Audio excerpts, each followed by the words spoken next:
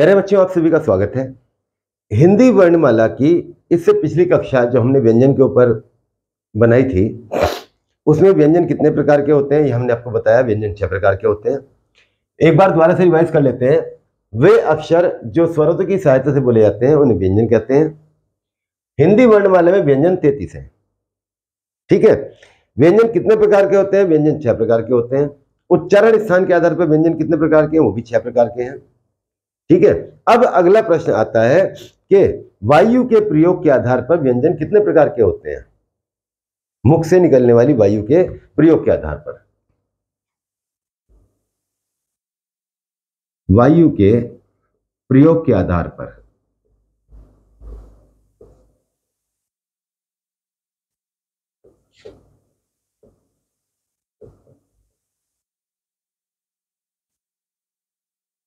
बहुत ज्यादा दिमाग पे जोर नहीं डालना है। 2 प्रकार के होते हैं। एक होते हैं अल्प प्राण और दूसरे होते हैं महाप्राण। ठीक है। एक अल्प प्राण, दूसरे महाप्राण। अब ये अल्प प्राण क्या होते हैं, महाप्राण क्या होते हैं? देखो बेटा, अल्प का मतलब होता है कम और प्राण का मतलब होता है वायु। वे अक्षर या वे व्यंजन जिनका उच्चारण करते हुए मुख से कम वायु निकलती है उन्हें अल्प प्राण कहते हैं। महाप्राण, महा का मतलब होता है अधिक और प्राण का मतलब होता है वायु, इसलिए इसको प्राण वायु कहा जाता है। अब वर्णमाला लिखते हैं, तुरंत समझ में आ जाएगा। क, ख, ग, घ, ण, च, छ, ज, झ, य, ट, ठ, ड, ढ, ण, त, थ, द, ध, न, प, फ, ब, भ, म, य, र, ल, व, श, श, स, ह, श, त्र, ज्ञ और श्र। ये आपकी वर्णमाला पूरी हो गई। क, ख ज्यादा हवा लग गई, ग, घ ज्यादा हवा लग गई, ण। समझ में आ गया? याद करने की तो जरूरत ही नहीं है, केवल वर्णमाला आपको याद होनी चाहिए बस। ठीक है। बाकी चीजों को केवल समझने की आवश्यकता है। अल्प प्राण कम वायु, महाप्राण अधिक वायु, यानी कि ऐसे वर्ण जिनका उच्चारण करने में कम हवा लगेगी वो अल्प प्राण, ज्यादा हवा लगेगी महाप्राण। और ये केवल यहां तक देखे जाते हैं। एक स्तंभ, 2 स्तंभ, 3 स्तंभ, 4 स्तंभ और 5 स्तंभ।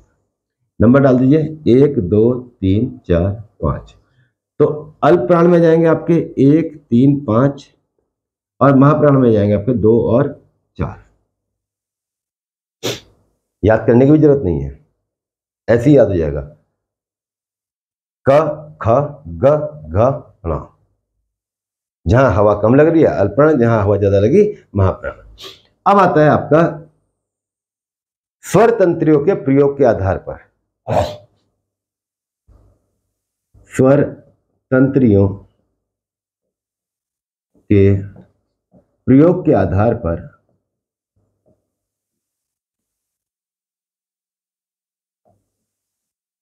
व्यंजन कितने प्रकार के होते हैं? सवाल यह है कितने प्रकार के होते हैं। तो ये भी 2 प्रकार के होते हैं।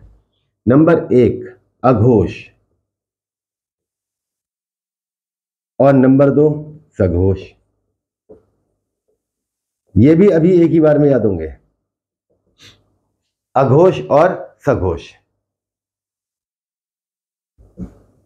जिन वर्णों का उच्चारण करते समय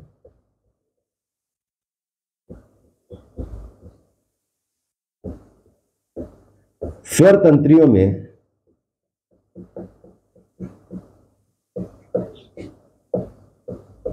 कंपन नहीं होता उन्हें कहते हैं अघोष। ठीक है। और इसका क्या होगा? उच्चारण करते समय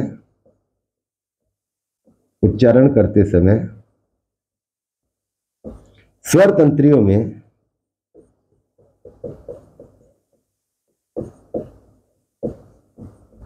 कंपन होता है, कंपन होता है।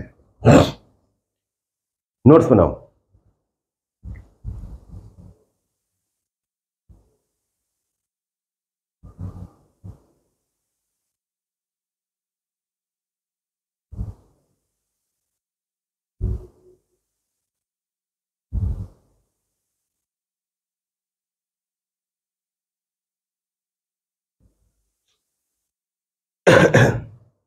अब इसी वर्णमाला में हम ये समझ लेंगे कौन से अघोष होते हैं, कौन से सघोष होते हैं। याद बिल्कुल नहीं करना, रट्टा नहीं मारना है, केवल समझना है। ये शुरू के दोनों स्तंभ उठा लो और खींचे चले आओ, यहां ला तक लो और इसको बंद कर दो। मार्कर चेंज कर लेते हैं। इस लाल मार्कर के अंदर पहले दो नीचे तक चल रहे हैं और यहां पे इसको हमने ब्लॉक कर दिया। ये इतना हिस्सा जो है ये तो है अघोष, और बाकी जितने बच्चे रह गए वो सारे के सारे सघोष कह सकते हो या खाली घोष भी कह सकते हो। और जितने भी स्वर हैं, सभी स्वर वो जो आते हैं आपके, वो सघोष के अंदर आते हैं। समझ में आ गई इतनी बात? आगे जो मैं पॉइंट्स आपको बताने वाला हूं बहुत महत्वपूर्ण है, इन्हें आप नोट कर लीजिए या स्क्रीनशॉट ले लीजिए। एक बार फिर समझ लीजिए। शुरू के दो स्तंभ य र ल, यहां तक का जो हिस्सा है वो आपका आता है आपका अघोष के अंदर। सॉरी, ये मैंने गलत मार्क कर दिया।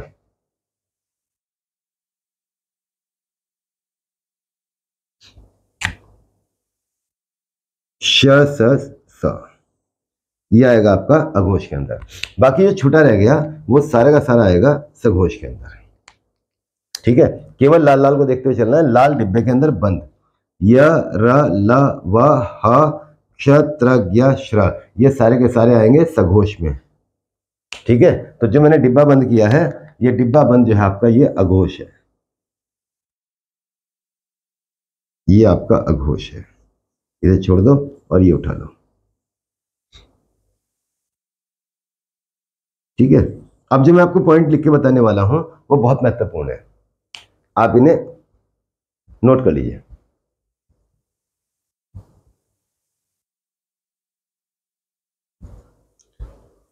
अब नोट से आगे बढ़ते हैं बच्चों। ये जो मैंने पॉइंट्स लिखे हुए हैं, ये एक एक पॉइंट कई कई बार परीक्षा में आया हुआ है, बहुत ही महत्वपूर्ण है आपकी परीक्षा की दृष्टि से, दिमाग में सेट कर लेना। हिंदी वर्णमाला का अंतिम अक्षर यह है, ज्ञा से ज्ञानी, पीछे बताई थी बात। हिंदी शब्दकोश में क के तुरंत बाद क्ष आता है, क के तुरंत बाद क्ष, क्षत्रिय वाला। हिंदी, अच्छा हाँ, शब्दकोश, शब्दकोश कहते हैं बेटा डिक्शनरी को, DICTIONARY, डिक्शनरी को हिंदी में शब्दकोश कहा जाता है। हिंदी भाषा का एकमात्र आगम स्वर अ है, यह ओ तथा औ के मध्य आता है और यह अंग्रेजी भाषा से लिया गया है। अति महत्वपूर्ण, क ग ज फ आगत व्यंजन है, यह फारसी भाषा से लिए गए हैं। बहुत महत्वपूर्ण, जिन अक्षरों से पाई हटाने पर वे आधे हो जाते हैं उन्हें खड़ी पाई का अक्षर कहते हैं। कंफ्यूज मत होना, बहुत आराम से समझाता हूं। देखो, जितने भी हिंदी के अक्षर बनते हैं उनमें सब में, लगभग सभी में डंडा लगा हुआ है। ठीक है, च छ ज झ, झ से झंडा। अब देखो, अगर मुझे क का आधा करना हो तो क इस प्रकार लिखा जाएगा, और ख को आधा करना हो तो ख इस प्रकार लिखा जाएगा, ग को आधा करना हो तो ग इस प्रकार लिखा जाएगा, घ को आधा करना हो तो घ इस प्रकार लिखा जाएगा। यानी कि ये डंडा हट गया, ये डंडा हट गया, ये डंडा हट गया, तो आधा हो गया। तो ऐसे अक्षर जो इस डंडे को हटाने से आधे हो जाते हैं उन्हें हम खड़े पाई के अक्षर कहते हैं। समझ में आ गई बात? बहुत सरल है। चलिए, समझने में ही सरल है, याद करने में बहुत दिक्कतें आएंगी, रट्टा मारना पड़ेगा हर चीज का। रा के साथ छोटा ऊ और बड़ा ऊ दोनों मात्राओं का प्रयोग होता है, परंतु री की मात्रा का प्रयोग नहीं होता। रा के साथ छोटे ऊ की मात्रा लगाते हैं, गु रु, ये छोटे ऊ की मात्रा है। गुरु, गुरुर ब्रह्मा गुरुर विष्णु गुरुर देवो महेश्वर है, गुरुर साक्षात परम ब्रह्म तस्मै श्री गुरुवे नमः। गुरु का पद सर्वोच्च है, माता पिता के बाद अगर सर्वोच्च पद किसी को दिया गया है तो गुरु को दिया गया है। ठीक है बच्चों, उसके बावजूद भी से दोनों मात्राएं छोटी लगती हैं। अब बड़ी मात्रा, बड़ी मात्रा कैसे लगाएंगे आप? तो बड़ी मात्रा लगाने के लिए आपको लिखना है रूप, और बड़ी मात्रा इस तरह थोड़ा डंडा लगा के इस तरह लगती है, ध्यान देना। छोटी मात्रा नीचे की तरफ झुकी हुई होगी और बड़ी मात्रा पीछे की तरफ खिंची हुई होगी। इसे आधा सहमत समझ लेना। यहां से थोड़ा सा आगे बढ़ा के और इस तरह लग जाती है। तो ये बड़े ऊ की मात्रा है और ये छोटे ऊ की मात्रा है, र के साथ प्रयोग होती है। र के साथ री की मात्रा का कभी प्रयोग नहीं किया जाता। अब आते हैं हम क के बाद क्ष क्यों आता है, क के बाद क्ष क्यों आता है। चलिए, क्ष ये एक संयुक्त व्यंजन है, ये बनता है आधा क और श को मिला के। ठीक है, तो पूरे क के बाद नंबर आएगा आधे क का। संयुक्त व्यंजन में और कौन से बताए थे? क्ष, त्र, ज्ञ और श्र, ये बताए थे। इसमें आधा तय लगेगा और पूरा र लगेगा। ज्ञ आधा ज लगेगा और यो लगेगा। श्र आधा श लगेगा और र लगेगा। समझ में आ गया? एक और बता देता हूं, श्रृंगार वाला, इसमें भी आधा श लगेगा और इसके साथ में री की मात्रा लगेगी। ठीक है, तो ये आपके संयुक्त व्यंजन है। इनमें यही सवाल पूछ लेता है कि क्ष किन अक्षरों से मिलकर बनता है। तो आपको यहां पे केवल इतनी बात ध्यान रखनी है कि पहला वाला अक्षर आधा रहेगा और दूसरा अक्षर पूरा रहेगा। इतनी सी बात याद करने से आपका ये टॉपिक क्लियर हो जाएगा। इस प्रकार से वर्णमाला में व्यंजनों के ऊपर जितने भी सवाल पूछे जाते हैं या स्वरों के ऊपर जितने भी सवाल पूछे जाते हैं वो हमारी 3 कक्षाओं में पूरे हो गए हैं। उम्मीद करता हूं कि आपको ये समझ में आया होगा। धन्यवाद।